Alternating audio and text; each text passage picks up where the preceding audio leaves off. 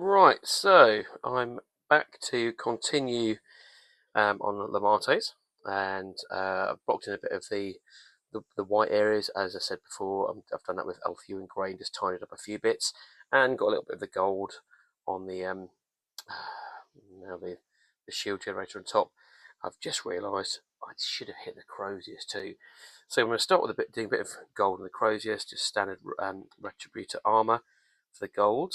And then what I found would be really good for the metallics, and I might invest a bit more heavily, is the Vallejo metal colour range. So I'm going to put some gunmetal grey on pretty much all of that strapping. Now I'm going to start with that. I think my mindset at the moment is to then hit that with some Seraphim Sepia and some other colours to bring it to a sort of semi-bronzy look, like a brushed bronze.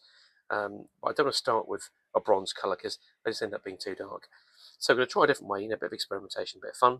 So there's a fair bit of metal work to do. As many of you will know, you've got the gauntlets, you've got across the chest, the main part of the body, as well as also on the lower greaves.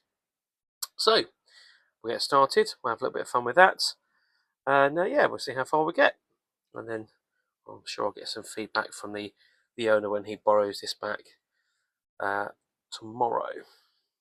And once I've done as long as I get this far on the time I've got left today, excuse me, as long as I get this far, I'll get the gold done as well around the head guard, but I'll put a little gentle wash of blues to give a kind of that tinicky hint to the gold, to the white. So not going for a standard bone colour, it's not real bone, it's affected. Cool. Okay, so we'll get started with the Retributor armour, and kind of just standard stuff there really. Just going to get some on the palette and then water it down now. For just my basing jobs, I use this little homemade aluminium palette that I've had for about 25-30 years. It does a trick well, at least well enough for the job that I need to do. So I'll probably speed this up in the videos I'm doing it. However, what we're going for is the gold in the crozius, and then very carefully the gold around the helmet as well. And whilst I might choose, as we're finishing the model up, to do a little bit more detailing and change some of the detailing colours on the crozius, for the time being, we will do it in that kind of that blanket gold all around. I do, whilst it maybe takes a bit more time, I do find that a nice strong blanket colour for an area works better sometimes than try to pick out individual colours, because you invariably leave gaps or over colour, and it just doesn't, end up just not looking very professional, and that is not my jam. So you won't be able to see very much of that at the moment. If this was a model that I'd made myself, I'd probably have stuck him onto a bit of sprue, so I could get to these undersides a little bit more easily. That's whilst it takes a little bit longer, and you're not able to use the tabletop straight away for painting purposes, sub-assemblies and using some bits of sprue to stick those sub-assemblies to just give you that ability to get into those harder to reach areas, which can, when you're doing a model like this, if you're going straight onto the base, you can just slow the whole process down a little bit. So that's, we're almost there covering it, the croziers.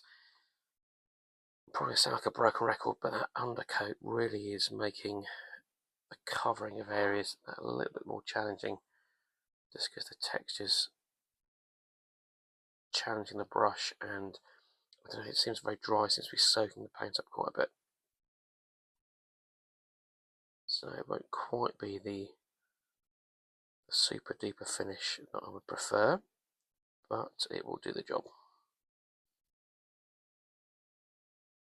And for what the client is looking for from this, they're looking for some good tabletop ready models, which hopefully they will get. Cool, that's grand. Looking good on the Crozius. Let's just see about doing the detailing on the head. Now, I'm a little bit loath to use metallics with these synthetic small brushes because I do use these brushes a lot. I love them because they've got that quick snap back. That GW like to go on about. But the metallics just destroy them really. All those little flakes abrading the bristles. Anyway, only a little bit. So let's see.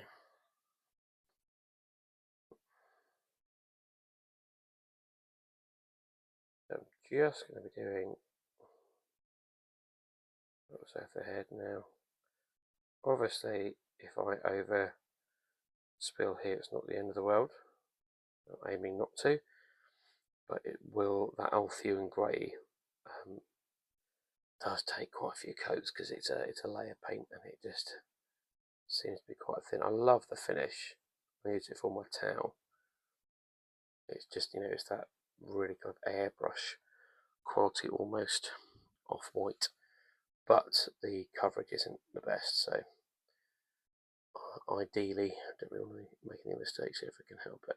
Oh, there we go, that's it. Now, there we go, mistake made. What do we do about that? Well, two things. Either, as I'm doing now, get the brush quickly washed, paint it away, a little bit clumsy there, but it's done the job. Cool.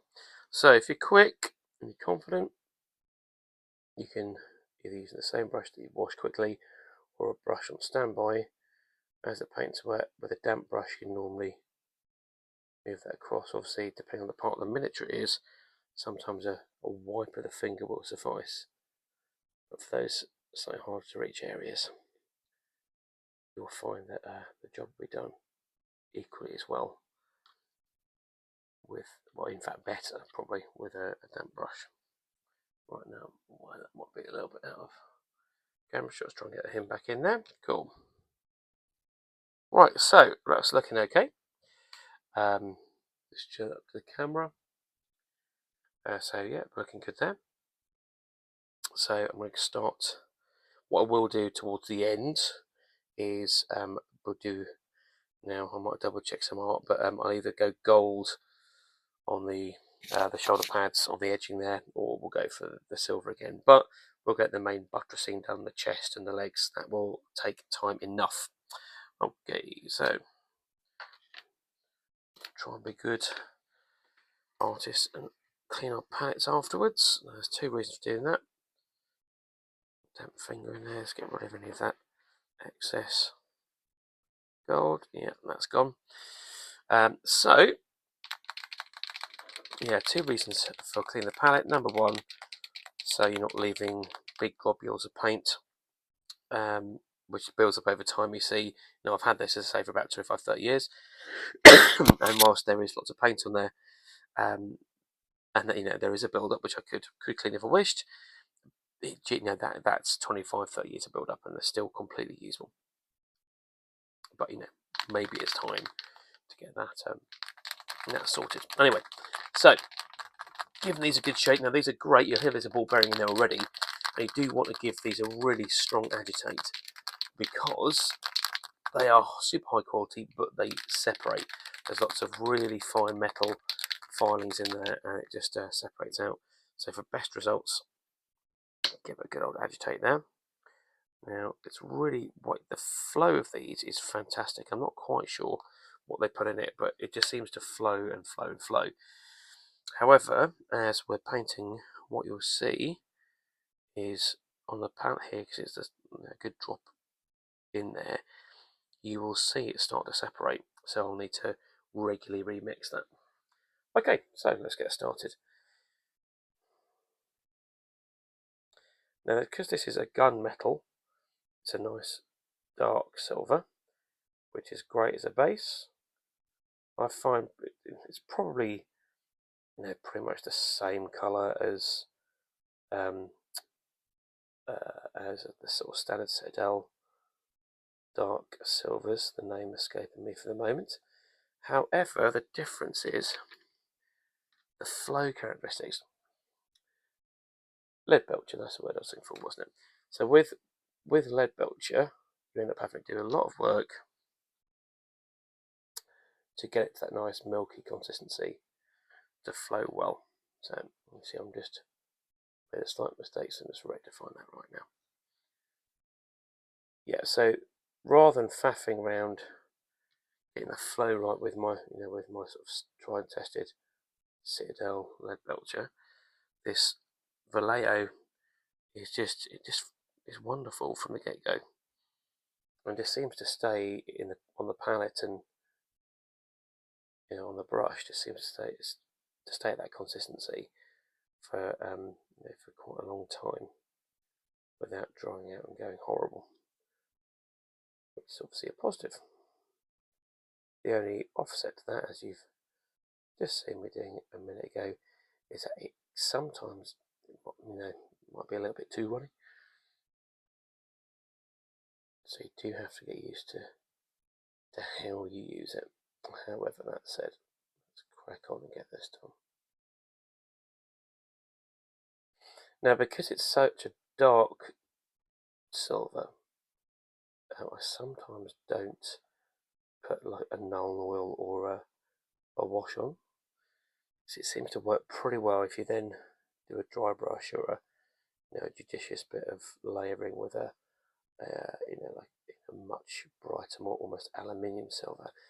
It tends to give you as good a result as washing it down.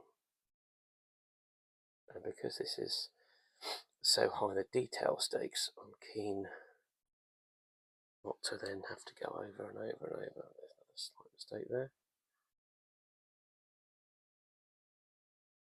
Right. It's amazing how see it's separated on the palette a bit, so every so often re-agitate, just keep the consistency. As I was saying, it's amazing how important it is to just get rid of those slight overspills. This is me being far too much of a perfectionist.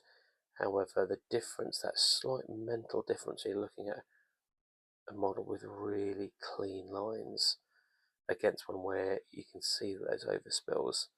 It's pretty, I don't know, I find that pretty significant. It's not just about kind of control and professionalism of painting. It's just telling the narrative better as well. It's that suspension of disbelief, which is what we all like to do when it comes to our models. All this mentally being there, alongside whatever warband, faction, hero we're playing, painting. Okay. Now at this stage I'm thinking this is going on okay. Maybe this won't be the hugely arduous job I thought it might have been.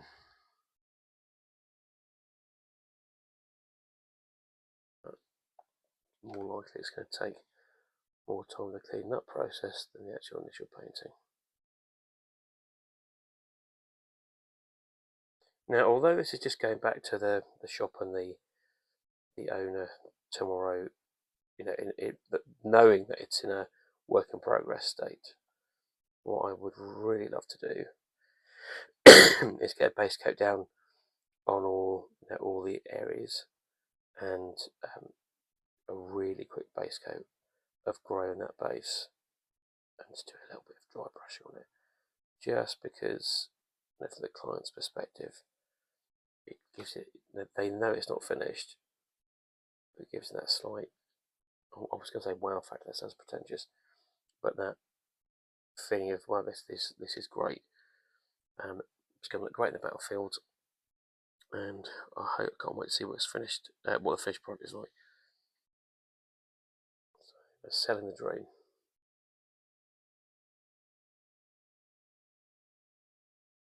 Okay, so we're doing okay there, that's good. Interestingly, that due to the texture caused by that poor Xandri dust spray, the metallic is bleeding across more than I've seen it do before, which that's going to just slow the process down a little bit.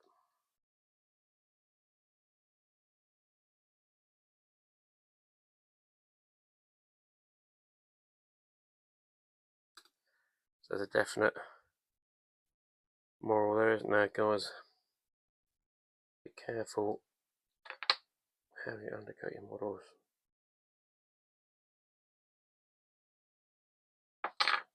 As I've just been out for a walk with the dogs, no surprise, a stray dog hair. So they get everywhere.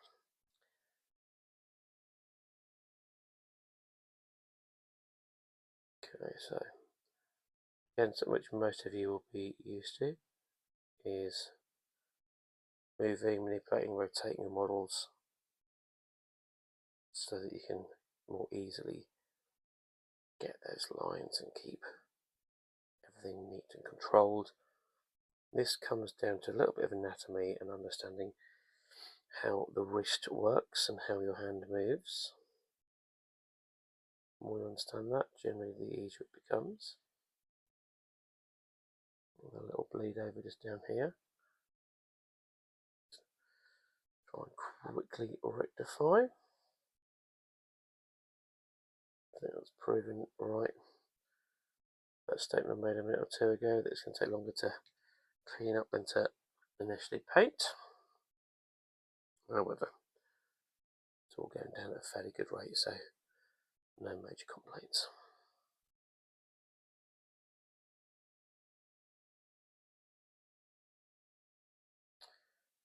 And one of the considerations that I've been having with Lemartes, and in some ways I'm using this painting commission as a test bed for my own army, is these bandings and whether, I'm not too worried about the cannon element, but whether to give them a little bit of verdigris or some rust. Now, I don't think a chaplain, particularly the Blood Angels, would allow their armour to have any rusting. However, make it look that little bit extra, more realistic and exciting. Again, a little bit of bleed over here. That's proving annoying.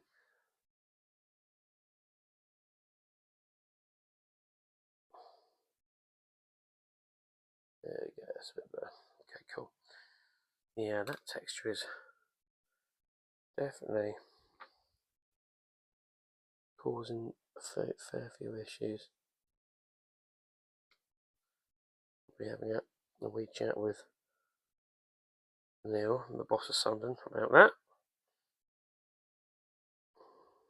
to make sure undercoating is done to the highest standard, to make painting the rest of the model so much more straightforward, and you get a much better quality finish. Now, when many of us think back to our opportunity for you your late 30s, 40s, 50s, you've been there since the start of the hobby. And you think back to your first models, most of them being Space Marines. That's the way it works. I certainly know my first attempts were gloopy as heck, and that led to a lot of experimentation. I was lucky. I had a father who had spent his youth making models out of balsa wood, painting airfix models and whatnot, and he was happy to help and share his wisdom. That's probably one of the only things I was happy to listen to in regards to him sharing his wisdom when I was 11, 12, 13, etc. There we go. So, experimentation and perseverance. Cool. So, we're getting closer now. That's a little bit out of shot there. It's a bit awkward with that base on. However, I'm getting to the point where most of that silver is now done. With just that basic gunmetal finish. Cool, looking good. Now, I'm not going to worry at all about any of the bolts in the armour yet, and that can all come later. I'm going to, because you got essentially metal, the Terminator Crux Terminatus type symbol there, that one will do in gold, and I'll probably go for a very light silver for the necklace that holds it, and then wash that down just so we get some kind of differentiation between the different metals here. However, what we will do, bearing in mind we've got loads of our lovely gunmetal left, we hit the croges up for its other metallic sections.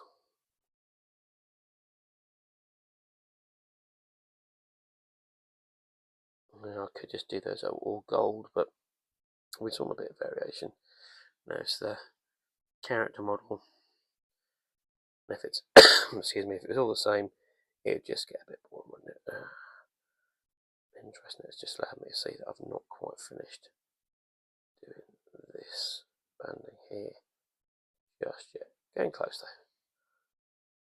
There we go. Cool. So excitingly, we are at the point where we will do some of the other detailing in the gold that we need to, but then I'm going to look at doing that wash over the Ophiuan grey,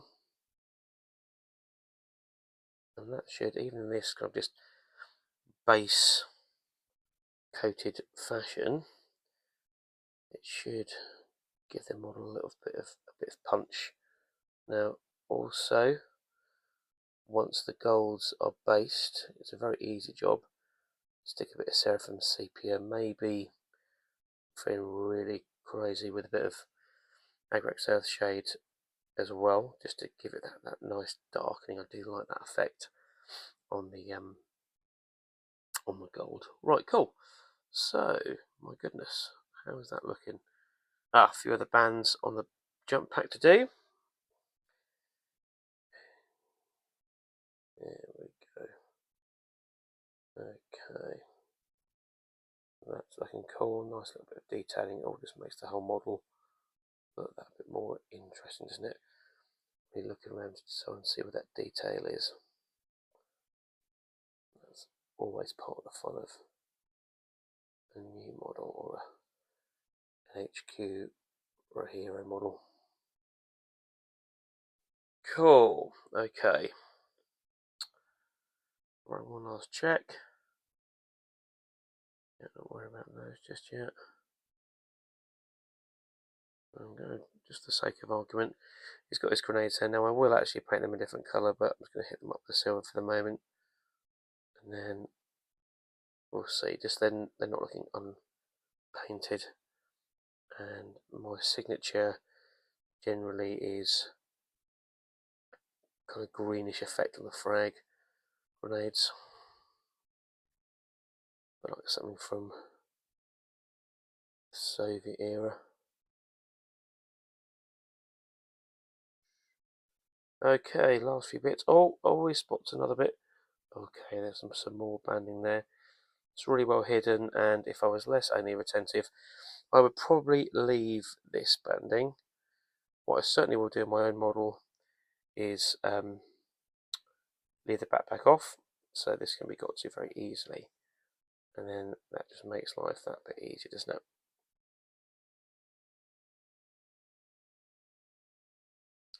Anything you can do to make the painting of your model more straightforward, better, because when you work at these funny angles, there's just so much more of a propensity for your brush to slip, or just that you can't get the angle you want, and then you have a fudge, which, to be fair, 9 times out of 10, no one else will ever know about, but you will, and it will play on your mind. I can guarantee you that. Right, okay, so that's our silver done. Now I'm going to just pause the recording while I get the last of the gold detailing, and then we'll come back and maybe have a look at doing that blue for the shoulder pad and the helmet. Right, see you soon.